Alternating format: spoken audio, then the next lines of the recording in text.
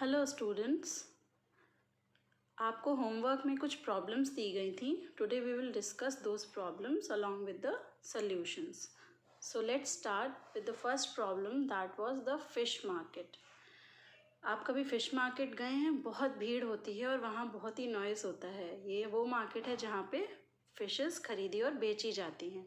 Okay, so here is a small story about fish market written in your book. It says, many boats have brought a good catch.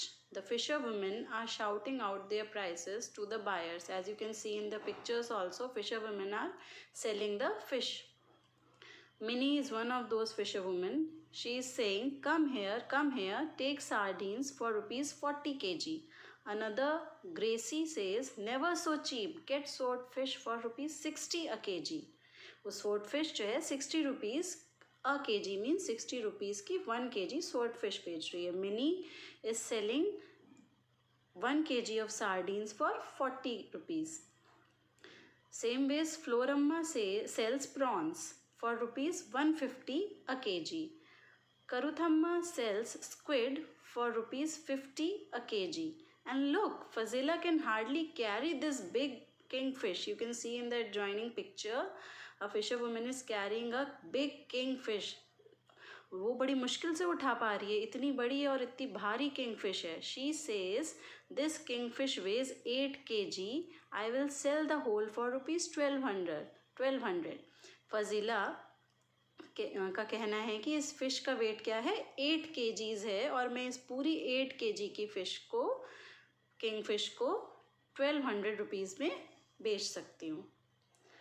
Now under practice time you are given some question. Now let us see those questions.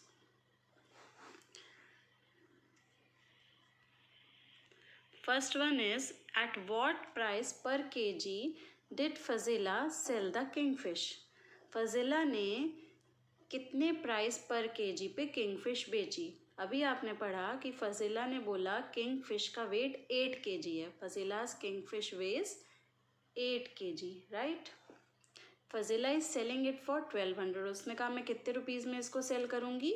मैं इसको 1200 rupees में cell करूँगी. 8 kg की fish को she is ready to sell in 1200 rupees. So 8 kg of fish cost 1200. So 1 kg of fish will cost how much? 1200 divided by 8, right? 8 kgs cost 1200. So 1 kg will cost 1200 divided by 8. जब आप divide करेंगे, what you will get? Rupees 150. So 1 kg cost is rupees 150. Now let's see the next question. It says Floramma has sold 10 kg prawns today. Floramma ने कितने prawns sell किए हैं आज, यानी बेचे हैं? 10 kg prawns. How much money did she get for that? तो उसको उसके लिए कितना मनी मिला? हमें क्या बताया गया? फ्लोरम्मा ने 10 kg prawns आज सेल किए और फ्लोरम्मा का प्रॉन्स सेल करने का रेट क्या था? मतलब 1 kg prawns वो कितने में सेल कर रही थी? रुपीज़ 150 में. Floramma was selling 1 kg prawn in rupees 150. It is given, you can see over here. So at the rate of rupees 150 for 1 kg, वो 10 kg जब बेचेगी तो कितने रुपीज़ मिलेंगे? 1 kg का प्राइस है 150 रुपीज़. तो 10 kg का प्राइस क्या होगा? 150 को हम 10 से मल्टीप्लाई कर देंगे, क्या हो जाएगा? 1500 rupees. Now the next question, the third question is, Gracie sold 6 kg swordfish. Minnie has earned as much money as Gracie. How many kg of sardines did Minnie sell? Okay, so Gracie ने कितनी swordfish sell करी है? 6 kg. Okay, ये एक information हो गई. Second thing is, Minnie has earned as much as money as Gracie. Mini ने उतने ही पैसे अर्न किए हैं जितने की ग्रेसी ने. और ग्रेसी ने पैसे कैसे कमाए? 6 kg स्वॉर्डफिश बेचने के बाद. तो पहले हमें ये फाइंड आउट करना पड़ेगा कि ग्रेसी ने कितना अर्न किया है, तभी हमें पता पड़ पाएगा कि मिनी ने कितना अर्न किया है. Okay, so let us start with finding out how much Gracy earned. So Gracy sold 6 kg of swordfish, right? Also we know that Gracie sold swordfish for rupees 60 a kg. Gracy ने किस rate पे sword fish बेची थी? 60 rupees की 1 kg।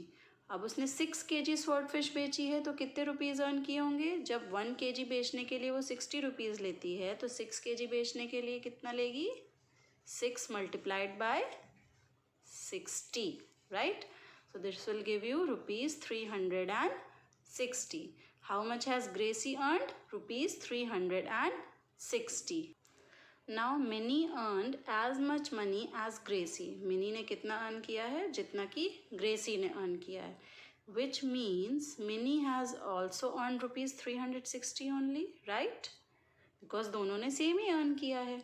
Also हमें ये पता है Minnie sells sardines for rupees 40 a kg. ये इन्फॉर्मेशन आपको बुक में गिवन है. Minnie sells sardines for rupees 40 a kg. Minnie sardines किस रेट पे बेचती है? 40 रुपीज़ की 1 kg. और उसने टोटल मनी कितना अर्न किया है? रुपीज़ 360. तो रुपीज़ 360 कमाने के लिए उसे कितना केजी सार्डिन्स बेचनी पड़ेगी, जबकि 40 रुपीज़ का वो 1 kg बेचती है. तो अगर हम 360 को 40 से डिवाइड कर दें तो हमें पता चल जाएगा कि मिनी ने कितने सार्डिन बेची. Weight of sardine sold by Mini we can find out by dividing the total money earned by Mini and the rate at which Minnie sells the sardines. Okay, so जब हम 360 को 40 से डिवाइड करेंगे तो हमें क्या मिलेगा? 9. So कितनी सार्डिन सेल करी है मिनी ने? 9 kgs. Okay, now let's see the next question. The fourth one is Bashir has rupees 100. कितने रुपीज़ है बशीर के पास? 100. He spends 1/4 of the money on squid. उसके पास 100 रुपीज़ हैं. वो 100 रुपीज़ में से 1/4 एक चौथाई मनी किस पे स्पेंड करता है? स्क्विड पे. And another 3/4 on prawns. 1/4 on squid and another 1/4 करता है स्क्विड पे और अनदर 3/4 ऑन प्रॉन्स पे करता है. ओके, सो आपसे फर्स्ट क्वेश्चन ये पूछा है how many kgs of squid did he buy. First question is कि उसने स्क्विड कितनी बाय करी and second is how many kgs of prawns did he buy. उसने प्रॉन्स कितने बाय करे. तो पहले हमें क्या निकालना पड़ेगा? उसने कितना मनी स्क्विड पे खर्च किया आउट ऑफ 100 और कितना प्रॉन्स पे खर्च किया. Right, now we know Basheer has 100 rupees, right, and he spent 1/4 on squid. तो अब हम 1/4 कैसे निकालेंगे? लेट अस कंसिडर कि बशीर के पास जो 100 रुपीज़ हैं वो ये हैं. ठीक है, अब इसको हमें 1/4 यानी 1 आउट ऑफ 4.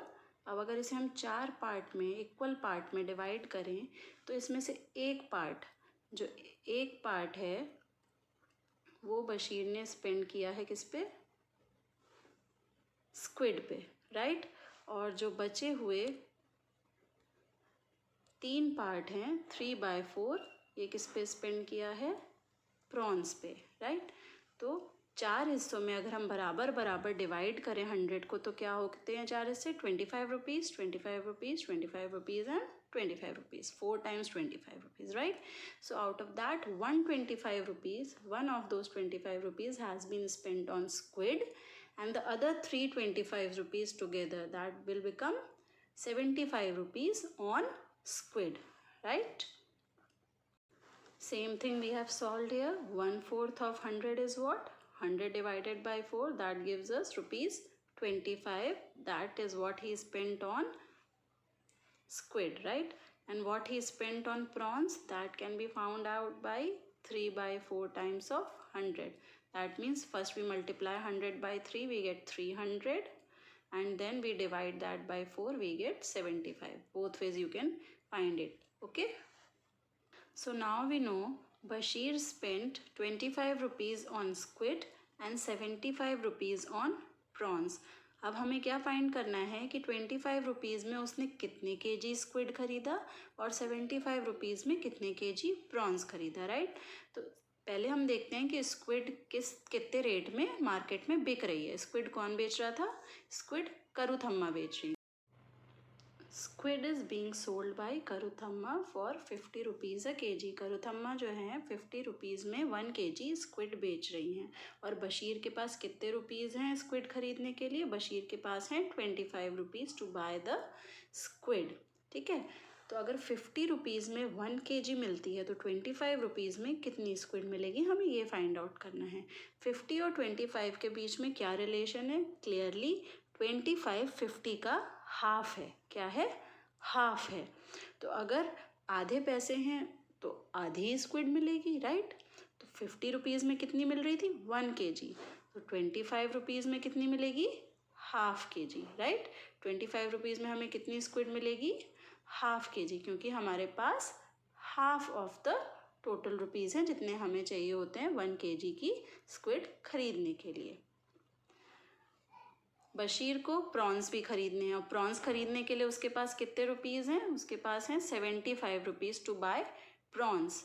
और प्रॉन्स कौन बेच रहा है? प्रॉन्स फ्लोरम्मा बेच रही हैं कितने में? 150 रुपीज़ में 1 केजी। और हम आप चेक करेंगे तो आप देखेंगे 75 150 का आधा है। 75 में 2 मल्टीप्लाई करके देखिए, आपको 150 मिलेगा। या 150 को 2 से डिवाइड करके देखिए, 75 मिलेगा। 75 इज़ एग्जैक्ट हाफ ऑफ 150। तो अगर 150 में 1 केजी प्रॉन मिल रहा है तो 75 रुपीज़ जो कि 150 का हाफ है, उसमें कितने केजी प्रॉन मिलेंगे आपको? Half kg prawn. Okay, you will get half kg. Now let us move to the next problem, that is Women's Meenkar Bank. Okay, the meeting of the Meenkar Bank has just begun. Fazila is the president. President कौन है Meenkar Bank का? Fazila. 25 fisher women have made their own bank. Each saves rupees 25 every month and puts it in the bank. 25 fisher women ने मिल के ये bank बनाया है जिसकी प्रेसिडेंट फजिला है। और ये हर फिशर वुमेन जो है हर महीने एवरी मंथ ₹25 सेव करते हैं। 25 रुपये सेव करते हैं और उसे बैंक में जमा करते जाते हैं। बैंक में जमा करना तो एक बहुत अच्छी हैबिट है ना, आपका मनी सेव होता है। तो अब आपसे ये पूछ रहे हैं question, how much money does the group collect each month. अगर 25 fisher women every month 20 fisher women every month 25 rupees जमा करेंगी बैंक में, तो हर मंथ कितना पैसा बैंक में जमा होगा। और दूसरा क्वेश्चन है, how much money will be collected in 10 years. और यही करते रहेंगे अगर ये लोग 10 ईयर्स तक, तो 10 ईयर्स में कितने पैसे कलेक्ट हो जाएंगे। सो let us now see the solutions. So what we know that 20 fisher women keep their money in the bank. ठीक है, कितनी फिशर वुमेन रखती हैं? 20. Each women saves 25 every month, और उनमें से हर कोई हर महीने 25 रुपीज़ जमा करता है। तो 20 लोग 25 रुपीज़ जमा करेंगे तो कितने हो गए? मतलब 25 + 25 + 25 कितने टाइम्स? 20 times, right. एक ने जमा किया 25, दो ने 25 + 25, 3 ने 25 + 25 + 25। ऐसे ही अगर 20 लोग जमा करेंगे तो 25 को हमको 20 टाइम्स ऐड करना पड़ेगा। That means 25 × 20. Money collected each month will be 25 × 20. जब आप मल्टीप्लाई करेंगे आपको क्या मिलेगा? 500 रुपीज़। तो हर महीने बैंक में कितने पैसे जमा हो रहे हैं? ₹500 by these fisher women. The next question that comes is, how much money will be collected in 10 years? अब एक मंथ में कितने पैसे कलेक्ट होते हैं तो आपने निकाल लिया 500 रुपीज़, राइट। अब हम पहले अगर ये निकाल लें, हमें ये पता है कि 1 मंथ में 500 रुपीज़ जमा होते हैं। अगर हमें ये पता चल जाए कि 10 ईयर्स में कितने मंथ होते हैं तो हम फाइंड आउट कर सकते हैं कि 10 ईयर्स में कितने पैसे जमा होंगे, right.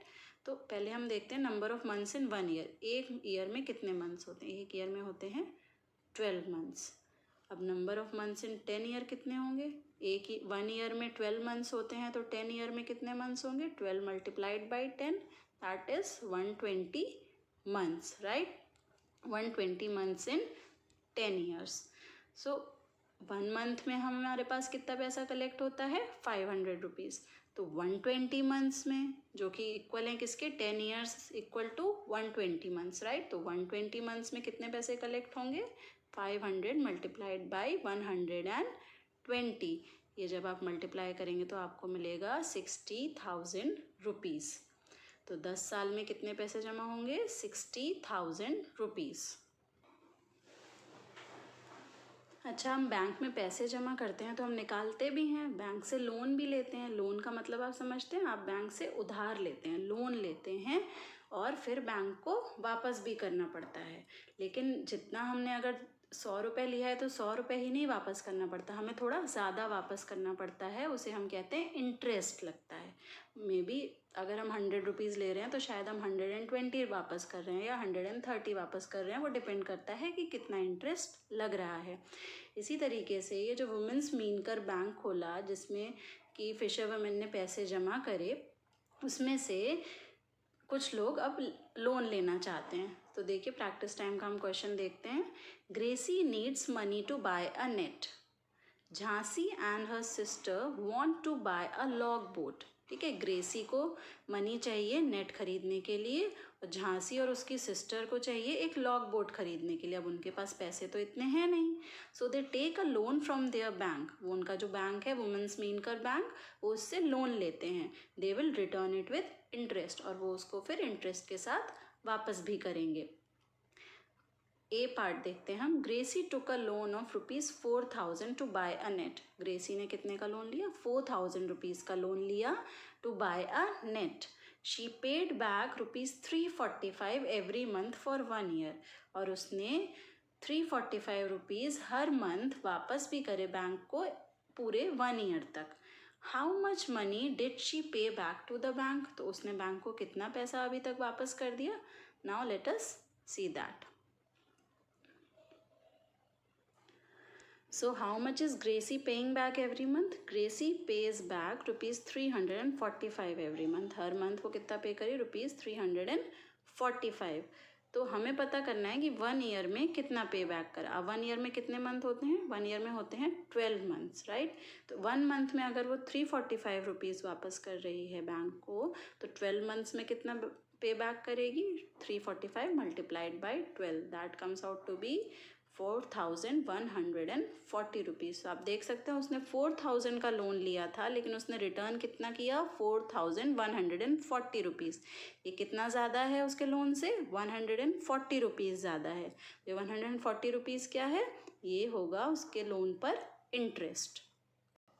B part of the same question is Jhansi and her sister took a loan of ₹21,000 to buy a log boat. Jhansi और उसकी सिस्टर को लॉग बोट खरीदनी थी, तो उन्होंने भी लोन लिया कितने का? ₹21,000 का to buy a log boat. They paid back a total of ₹23,520। देखिए इन्होंने भी 21,000 का लोन लिया था, लेकिन पे बैक कितना किया? 23,520 इन 1 ईयर। 1 साल में उन्होंने इतना पे बैक किया। हाउ मच डिड दे पे बैक एवरी मंथ? तो आपसे अब ये पूछा है हाउ मच डिड दे पे बैक एवरी मंथ। अगर उन्होंने पूरे 1 साल में 23,520 रुपीज़ पे बैक करे बैंक को, तो एवरी मंथ कितना दिया होगा उन्होंने कि साल भर में इतना पे किया। तो let us find out. Money paid back in 1 year, और हम कह सकते हैं 12 मंथ्स, एक ही बात है, इज़ ₹23,520। सो हर महीने कितना पे बैक किया होगा, यानी 1 मंथ में कितना पे किया होगा? ये 12 मंथ्स में पे किया है। तो अगर हम इसको 12 पार्ट्स में डिवाइड कर दें, तो जो हर पार्ट होगा वो 1 मंथ का रीपेमेंट होगा, राइट। तो हम क्या करेंगे? 23,520 को 12 से डिवाइड कर देंगे। दैट मीन्स 23,520 को 12 इक्वल पार्ट्स में डिवाइड कर दिया, जिससे कि हमें 1 पार्ट की वैल्यू मिल जाए। वो 1 पार्ट क्या है? 1,960 रुपीज़। तो Jhansi and her sister paid back ₹1,960 every month. Okay, अभी हमने पढ़ा कि फिशर वुमेन ने वुमेन्स मीनकर बैंक बनाया था, जिसमें वो हर मंथ कुछ ₹25 सेव करते थे। तो उन्होंने काफ़ी लंबे टाइम तक वो पैसे सेव करे, and now they are thinking that why don't we start a new fish drying factory. उन्होंने अच्छे खासे पैसे जमा कर लिए हैं, अब वो सोच रहे हैं कि हम एक फिश ड्राइंग फैक्ट्री स्टार्ट करते हैं उन पैसों से. So the women's Meenkar bank also wants to start a factory to dry the fish. The panchayat has given them some land for that. Over the years, they have saved rupees 74,000. They find out how much they will need for the factory. And उन्हें अभी पता करना है कि उनको factory के लिए कितने पैसे लगेंगे. Fazila writes the things they need to buy to begin. Fazila ने जो है उनको जो भी चीज़ें चाहिए फैक्ट्री बनाने के लिए उनकी एक लिस्ट बनाई है. We will see a table below और with cost of each item and the number of items they want to buy. उसमें सारे items की cost और उन्हें कितने number of items वो चाहिए वो सब लिखा हुआ है. और हम अभी देखते हैं कि उनकी फैक्ट्री की cost क्या रहेगी. So this is the table of items they need for their fish drying factory. Price of each item and number of items and यहाँ पे हमें find out करनी है total cost. Okay, so first is bore well for fresh water. एक borewell का price है ₹3000 और हमें कितने चाहिए 1 चाहिए. तो हम क्या करेंगे 3000 multiplied by 1 which gives us 3000, right. तो कितने कॉस्ट हो गई 3000 रुपीज़ कॉस्ट हो गई बोरवेल खरीदने की.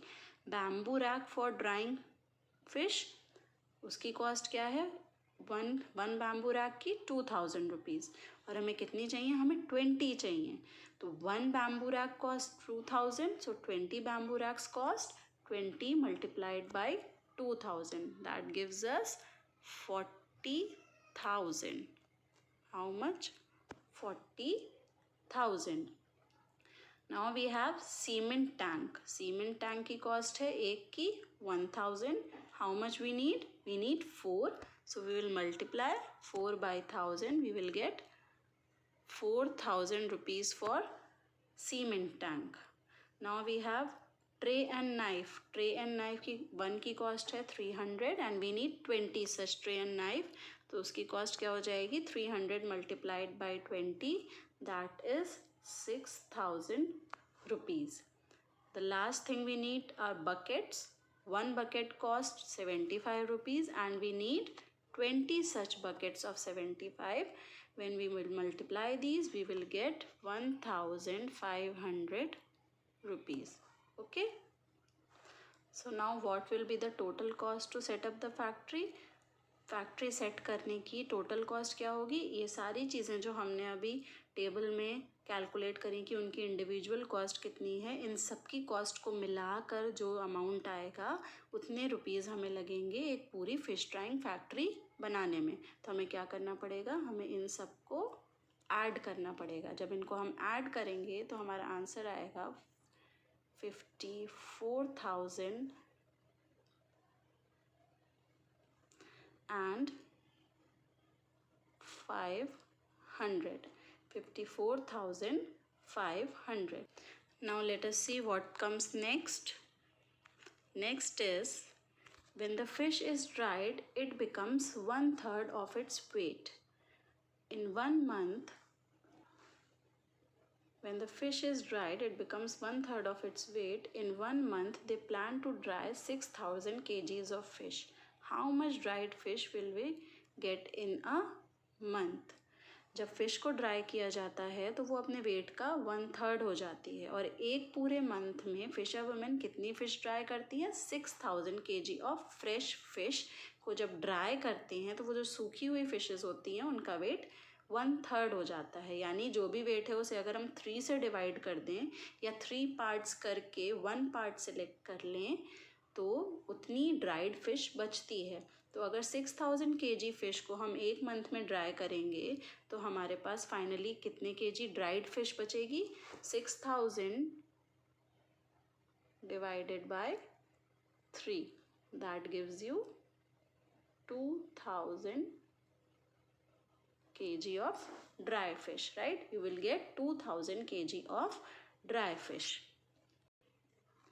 Now Floramma is a senior fisherwoman.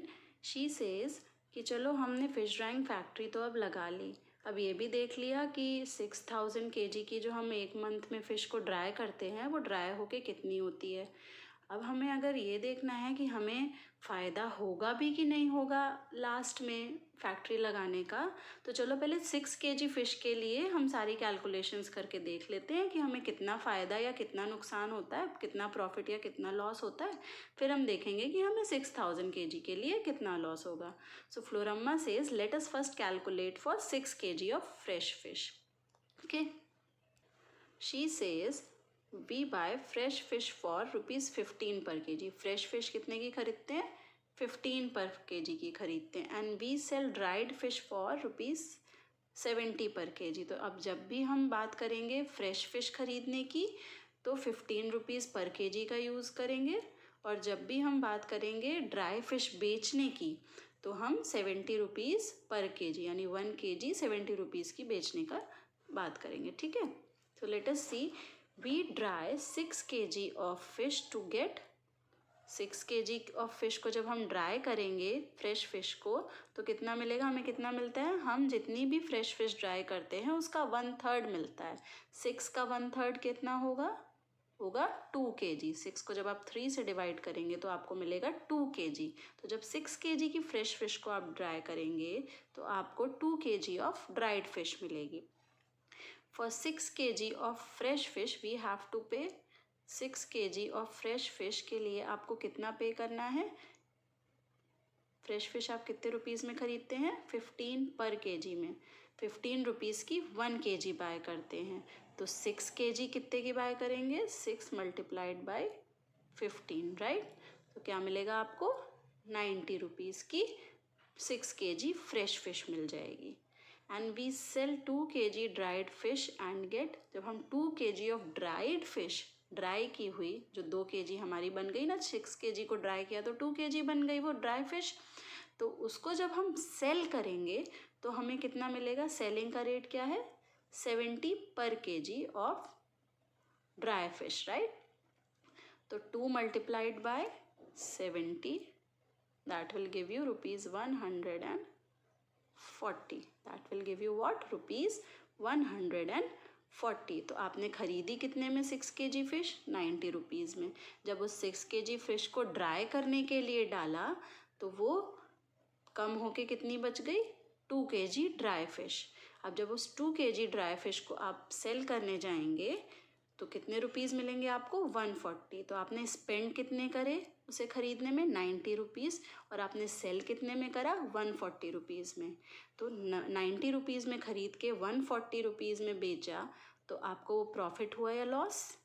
आपने कम में खरीदा और ज़्यादा में बेचा तो आपको प्रॉफिट हुआ, यानी आपको फ़ायदा हुआ, राइट?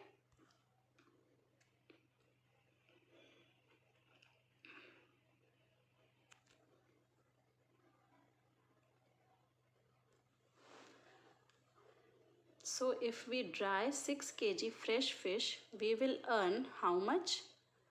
किस में से 90 माइनस करेंगे? 140 में से 90 माइनस करेंगे, क्योंकि 140 में हमने सेल करा है और 90 में ख़रीदा था। तो इन दोनों को जब डिफरेंस निकालेंगे तो हमें क्या मिलेगा? 50 रुपीज़ का डिफरेंस, यानी 50 रुपीज़ हमने कमाए, 50 रुपीज़ हमारा प्रॉफिट हुआ। ये तो 6 kg के लिए था। जब 6 kg पे 50 रुपीज़ का प्रॉफिट है तो 6000 kg पे कितने रुपीज़ का प्रॉफिट हो गया? 6000 को हम कैसे लिख सकते हैं? 6 मल्टीप्लाइड बाई 1000, राइट? तो जो भी 6 kg पे हमारा प्रॉफिट हुआ है उसका 1000 टाइम्स प्रॉफिट होगा, यानी 50 मल्टीप्लाइड बाई 1000, यानी कितना हो गया? ये हो जाएगा हमारा 50,000 रुपीज़ का profit in 1 month. So let's see it once again.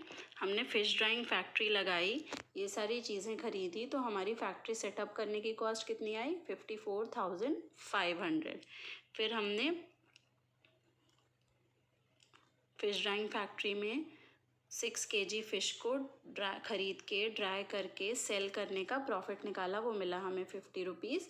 इस हिसाब से जब हम 6000 kg की फ़िश को 6000 kg ऑफ फ्रेश फ़िश खरीद के उसे ड्राई करके अपनी फ़िश ड्राइंग फैक्ट्री में जब हम सेल करेंगे तो हमें कितना रुपीज़ का प्रॉफिट होगा? 50,000 रुपीज़ का प्रॉफिट होगा। सो let's see what comes next. So they are all are very happy with this plan. The group can make profits and each woman can get a salary for the work she does. Okay. Now Jhansi says, I found that for 6,000 kg fish, we would need 1,500 kg salt every month. Jhansi का क्या कहना है कि अगर 6,000 kg of fish हम हर महीने dry करते हैं तो हमें 1,500 kg ऑफ सॉल्ट भी चाहिए होगा हर मंथ, और वो भी हमें फिर ख़रीदना पड़ेगा, वो भी तो हमारी लागत में आ गया फैक्ट्री की। उसका प्राइस क्या है, ₹2 पर kg। 1,500 kg का जो 1,500 kg जो हम सॉल्ट खरीदेंगे वो है ₹2 का 1 kg। तो मंथली कॉस्ट जो है हमारी सॉल्ट की वो क्या हो जाएगी, 1,500 multiplied by 2, that gives you ₹3,000, right. Apart from that packaging and बस चार्जेस, पैकेज करना, उनको रखना और बस से जहाँ जाके आप सेल करोगे वो सारे चार्जेस भी ₹3,000 के पड़ते हैं। सो the monthly cost of drying and selling the fish, तो the monthly cost of drying and selling the fish आपकी क्या हो गई, ये दोनों जो ₹3,000 का सॉल्ट आपने यूज़ किया और ₹3,000 बस चार्जेस और पैकेजिंग चार्जेस लगे, इन दोनों को ऐड करके आपकी एक्स्ट्रा कॉस्ट हो जाएगी, ये क्या होगी, ₹6,000। ये भी आपके हर महीने लगेंगे फिश ड्राइंग में, राइट।